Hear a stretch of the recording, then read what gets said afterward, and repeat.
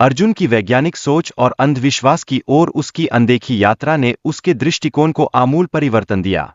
यह अनुभव उसे एक नई चेतना की ओर ले जाने वाला था, जिससे उसकी सोच में गहरा बदलाव आया। गंगासागर मेले में अर्जुन ने देखा कि कैसे स्थानीय लोग गंगा को मां की तरह पूजते हैं।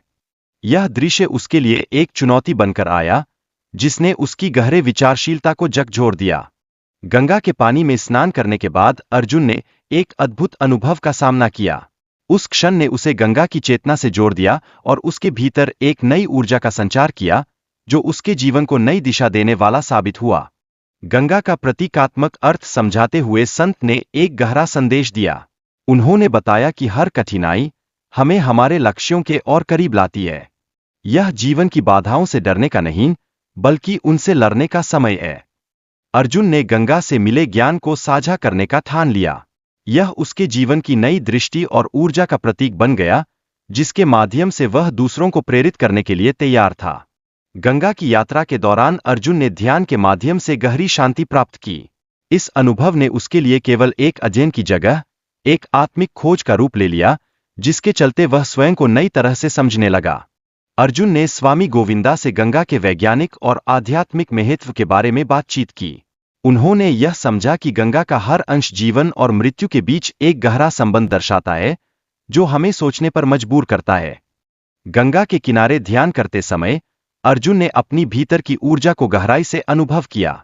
उसे ऐसा महसूस हुआ जैसे वह एक विशाल प्रकाश मंडल के बीच खड़ा हो।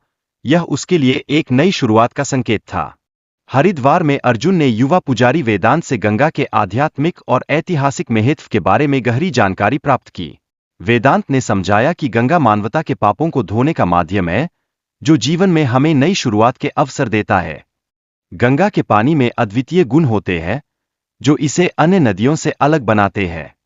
यह पानी अपनी शुद्धता को बनाए रखने की विशेष क्षमता रखता है, और इसमें ऐसे जीवाणु होते हैं जो इसे अद्भुत बनाते हैं। अर्जुन की यात्रा सिर्फ भौतिक परिवेश की नहीं, बल्कि यह उसके आत्मा की यात्रा है। उसने गंगा के किनारे बैठकर ध्यान करते हुए उसकी चेतना का अनुभव किया, जो उसे एक गहरा आत्मिक बोध देने वाला था।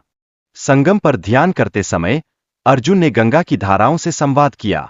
उस संवाद ने उसे यह समझाने में मदद की कि गंगा की यात्रा केवल जल की यात्रा नहीं, बल्कि आत्मा की खोज का एक अद्वितीय अनुभव है।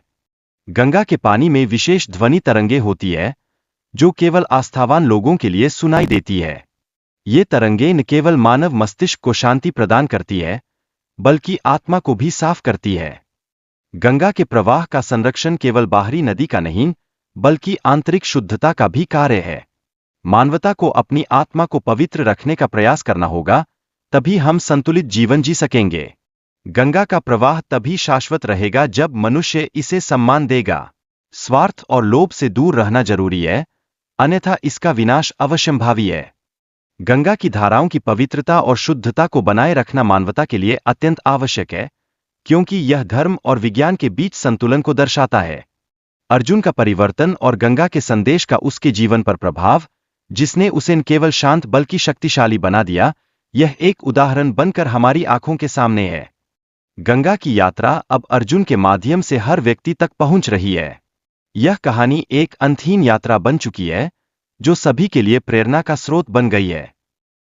महाविद्याओं की परंपरा हमें यह सिखाती है कि सृष्टि में जो भी शक्ति है, वह नारी स्वरूप में विद्यमान है। यह विचार हमारे भीतर की शक्तियों को जागृत करने का एक महत्वपूर्ण कदम है, जो हमें खुद की पहचान का एहसास कराता है। भुवनेश्वरी देवी, सृष्टि की अधिष्ठात्री देवी के रूप में, चैतन्य शक्ति का प्रतिरूप है।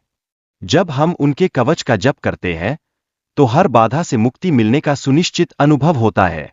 यह हमें अपने जीवन में सकारात्मकता लाने की प्रेरणा देता है। इस कवच का पाठ करने से मनुष्य में दिव्य कलाएं संचित होने लगती है, और वह तीनों लोकों में अजय बन जाता है। यह आत्मविश्वास का संचार करता है, हमें बताता है कि हम कितने शक्तिशाली हो सकते हैं, बस हमें अपने भीतर की पहचान को समझना है। कामाख्या देवी की साधना न केवल शारीरिक स्वास्थ्य में सुधार लाती है, बल्कि यह मानसिक शांति का भी एहसास कराती है। जब हम उनकी शक्ति को अपनाते हैं, तो हमारी सोच और दृष्टिकोण में बदलाव होता है, जो हमें एक नई दिशा प्रदान करता है। कामाख्या देवी की शक्ति सभी विष और नकारात्मकता को खत्म करती है, जिससे हमारे जीवन में संतुलन बना रहता है। यह संतुलन हमें आंतरिक शांति की ओर अग्रसर करता है और हमें सही रास्ते पर चलने का मार्गदर्शन करता है। मातंगी देवी कला, विद्या और संगीत की अधिष्ठात्री है, जो हमें बौद्धिक और रचनात्मक शक्तियों का मूल्य सिखाती है। उनकी साधना हमें यह समझाने में मदद करती है कि ज्ञान और रचनात्मकता में कितनी शक्ति है और कैसे हम इसे अपने जीवन में उतार सकते हैं। कवच के हर श्लोक में यह गहरा संदेश छिपा हुआ है कि जीवन सिर्फ बाहरी संघर्षों को जीतने का नहीं है, बल्कि यह एक आत्मपहचान की यात्रा भी है।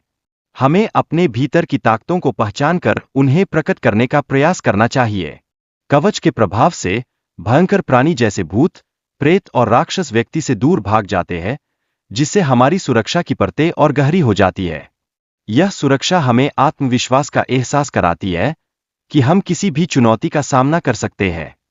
महाविद्याओं की साधना, खासकर भुवनेश्वरी और कामाख्या की कृपा से, हम केवल भौतिक इच्छाओं को ही नहीं बल्कि आध्यात्मिक उन्नति को भी प्राप्त कर सकते हैं।